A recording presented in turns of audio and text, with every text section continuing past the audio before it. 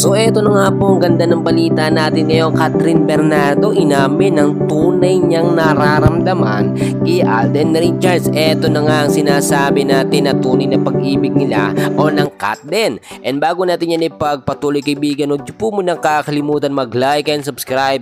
Maraming salamat po. Well mga kaibigan, simulan natin kung gaano na nga ba talaga kalalim ang ugnayan or pagtitinginan ng Kat din, etong si Alden Richards at si Catherine Bernardo. Well, alam natin, nagsimula yan nung maghiwalay nga po, no, etong Katniel, si DJ Daniel Padilla at Catherine Bernardo, at biglang umeksena naman eto nga pong si Alden Richards. So alam naman natin na noon pa man, no, ay marami na talaga nag-aabang sa tunay na pag-ibig or meron nga ba talagang relasyon etong si Catherine Bernardo at Alden Richards.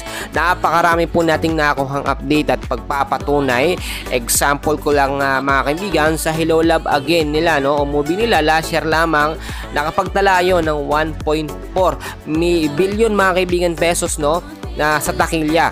Ibig sabihin, ganoon pong kadami ang sumuporta mga kaibigan dito sa Kat din, at talagang tinangkilik po sila ng sobra ng mga Filipino fans nila. Dahil ho dyan nakita rin natin na kahit nga po ang mga kissing scene ng Kat din, no, ay very natural at wala pong halong ilangan. Doon nakita natin si Alden medyo nag-iingat siya sa kanyang moves, especially kapag mga kissing scene na, pero nakita nyo naman kung gaano ka-careful etong si Alden. Si Alden Richards mga kaibigan, may mga panunuyo rin siyang ginagawa dito kay Catherine Bernardo, tulad na lamang mga kaibigan ng pagbibigay ng bulaklak kay Catherine Bernardo in public, na pwede niya namang gawin mga kaibigan sa labas, no, or yung hindi nakikita ng camera. Pero ito pa mga kaibigan, ilang mga updates at mga fans ng Kat din ang nagsabi at nagbigay ng update mga kaibigan na naiispatan, nagde-date nga po, no, sa mga di kilalang restaurant. Eto nga pong Kat din.